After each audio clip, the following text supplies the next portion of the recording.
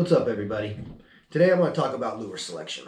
I've talked to a lot of people lately that have, been fishing with live bait most of the time, and they've been wanting to go into the artificial sector, which I prefer. I really prefer throwing artificials over live bait. You may not catch as many fish, but you probably will. You definitely catch better fish on artificials.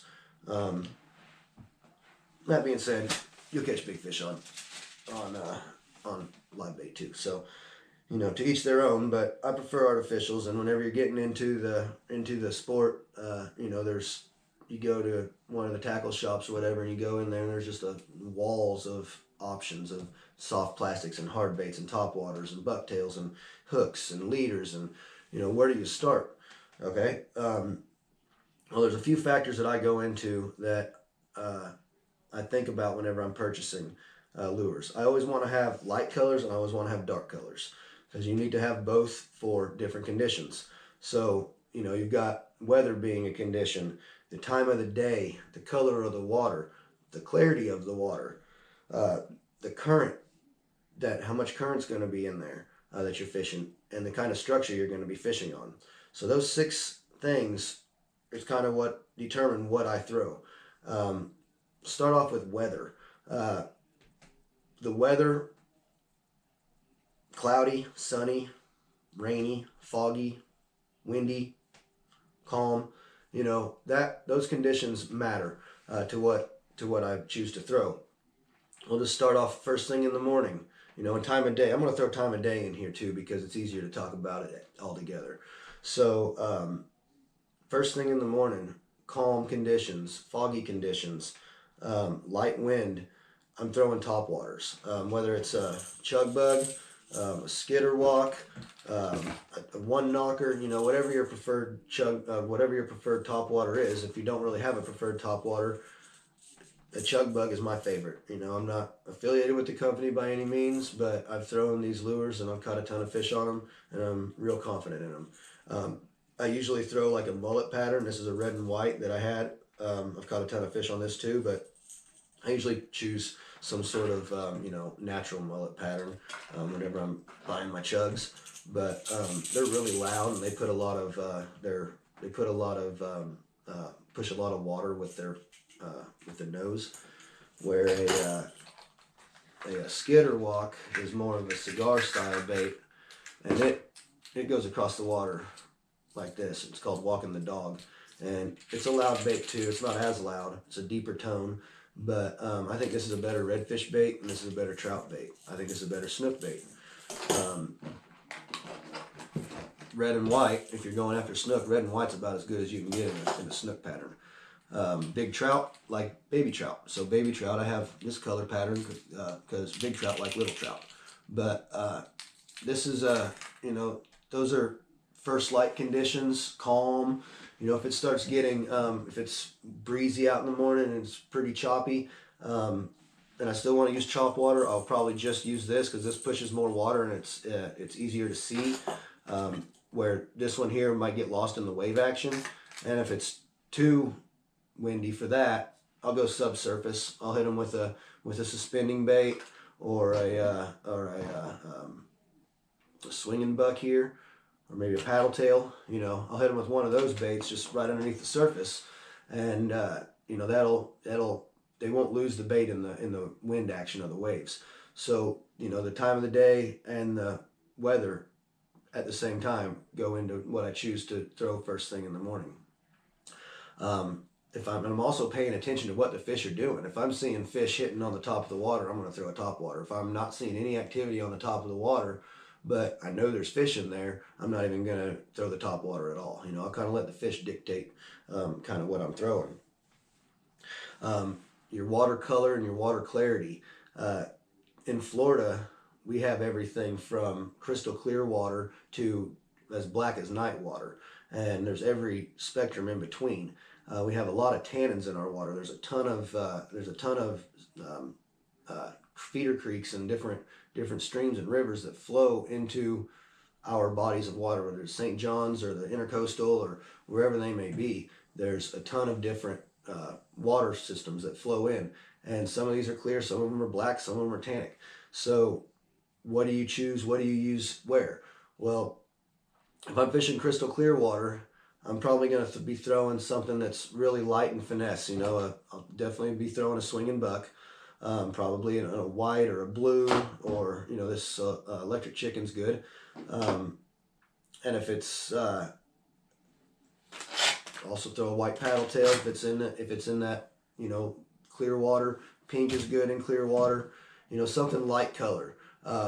If I'm in tannic water, you know, something like you know, where the brackish water is, you know, you can still see through it. It's still clear-ish. You can still see 3 or 4 foot deep, but it's tan.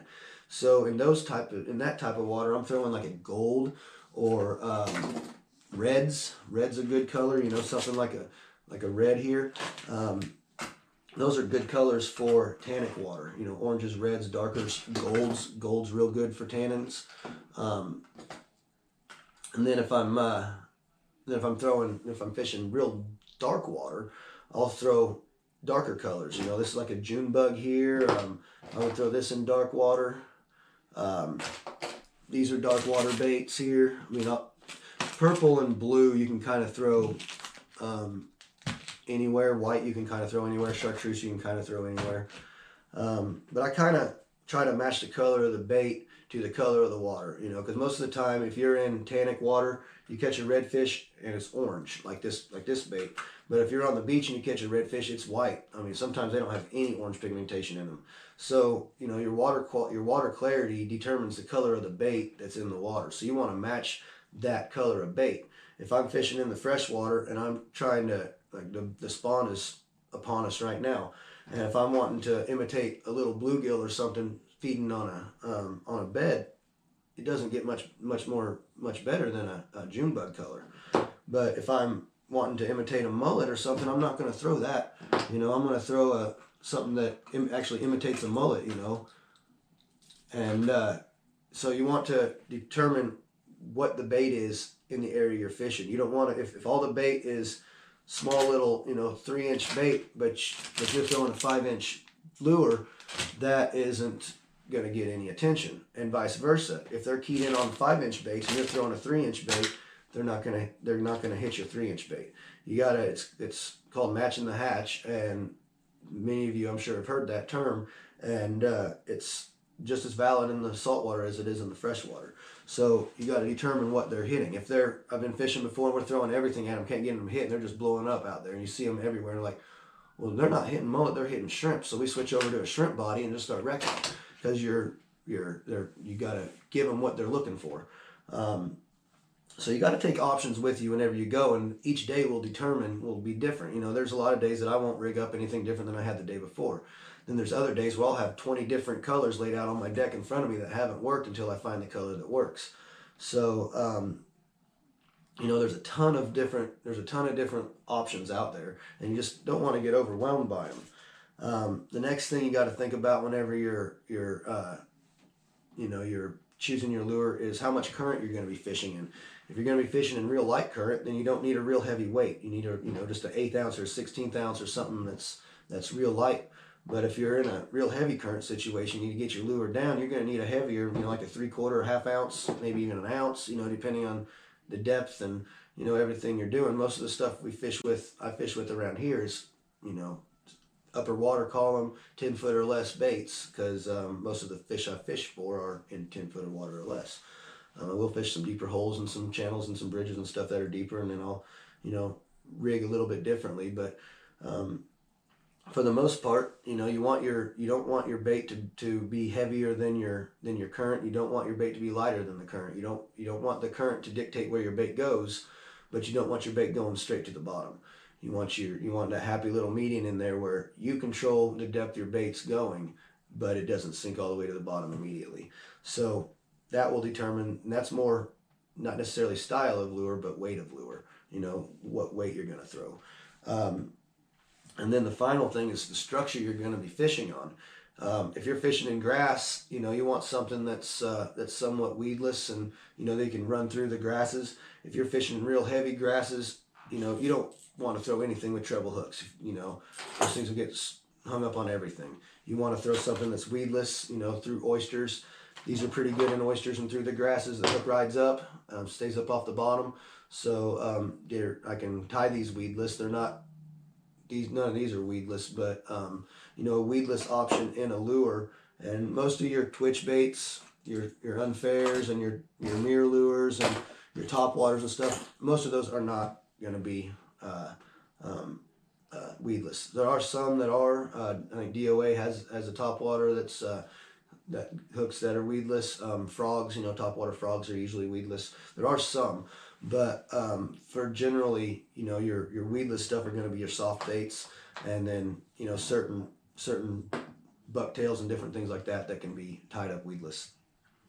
But besides that, you know, just pick out you know, 2 or 3 natural colors that look like the baits you're fishing with, and then grab a couple of baits that, you know, you might see, yeah, that kind of looks like an interesting color. I want to try that. And, you know, find a bite and then just try different colors. Throw different colors at them. I'll have 3 or 4 rods rigged up differently whenever I go out fishing. They've all got a different color on them. Because until I figure out what they want that day, I'm throwing all 3 or 4 rods. And then, you know, usually you can zero it in on what they're going to be what they're going to be wanting that day, and then have a good day from there. But if you know, just kind of figure out the water clarity that you're fishing in, and the water, the structure, and the if it's tannic, if it's clear, if it's dark, you know, you want to you know, if it's going to be cloudy, you want to choose your lures around that, but you want to take options with you. You don't want to just have, well, I've got white and black. You know, those are my 2 options that I have to throw. Well, yeah, you'll catch fish on white and black. You know, those are both good colors, but you need to have some variations in there. Fish do see color. Color does matter. It doesn't always matter. There are certain situations where you can get into a school of feeding fish and it doesn't matter what you have on. You can throw a bare hook at them and they'll hit it. But most scenarios, they're going to be keyed in on a certain bait, and they're going to be feeding on that certain bait. You got to figure out what that is. And you've got a ton of different options. You know, a lot of times blues will imitate a blue crab, although a swimming blue does not imitate a blue crab. But you get a bucktail or something that's blue, this could imitate a blue crab, it could imitate a shrimp, it could imitate a mullet. It imitates a lot of different things. But so those are kind of a versatile bait that you can, you know, throw in a lot of different situations. Whether they're keyed in on mullet, shrimp, crabs, whatever, a bucktail's a good option. But you know, there's just, like I said, there's a ton of different baits out there, and just pick out a few and go out and throw them. You know, it's nothing that's you know, you're gonna have. There's days out there where I'll throw everything on this table right here and not get a strike, and that's just how it is sometimes. And there's nothing. It's not because I picked the wrong bait. It's not because I picked the wrong time of the day to fish. It's just that day, whatever the conditions may be, post front, it may be, you know, whatever the conditions may be, they're just not chewing. And there are days like that. And there's days where you may get 1 hit all day, and then there's days you'll catch 100 fish. So, you know, just got to take the good with the bad. So, you know, there's tons of different colors out there. I suggest starting with, you know, white and chartreuse is, you know, good colors to start with, and then get a couple of colors like blues or purples or reds or whatever you like, you know, and try it out, and just, you know, trial and error. That's how I learned to fish, and that's how I still fish. I may get it right the first try and catch fish on the first lure I try, or I may not get it right until the 5th or 6th lure I tie on. And you just got to keep on going until you figure that out. But this is what I carry with me, and this is what I fish with 95% of the time. So, and out of these colors, I can pretty much cover all the conditions that I need to fish. I will say this: if I'm out of town and fishing an area, the first thing I do is go to the local bait shop and see what is almost sold out or what is sold out on the shelves. Because what's almost sold out is probably the color they're biting on right now. What is sold out is probably the color that they are biting on too, but you know, it's not there, so you got to go with the next one. Or you can read what it is and maybe find a color that's real close to that color. And you know, the pegs that have all the baits left on them, I don't usually even look at those colors if I'm fishing in out of town, because that's not the color they're hitting on the days that I'm there. So you know, that's just a little tip that I use whenever I'm tournament fishing out of town. But and it usually falls back into this category. This is one I picked up on a tournament in Crystal River, and it was the last one left on the shelf, and it's one of C.A. Richardson's mirror lures, and has a good little color, purple and chartreuse. I don't remember the actual name of it that he named it, but that's a good little color, especially for some tannic water. That Crystal River area, that's a good color there. But this is, don't get overwhelmed whenever you go to the bait shop and just see all the baits. Just go and, just kind of look for something natural, get a couple baits, and go and try them out. Like I said, white and chartreuse is always a good place to start. If you can get a combination, white with a chartreuse tail, that's a great way to start too. But you're going to want to have a lighter color and a darker color. You want to have contrast. If you're fishing low light conditions, you want a darker color. Clear, brighter conditions, a brighter color. So that's just a good general rule of thumb. Bright conditions, bright color. Dark conditions, dark color.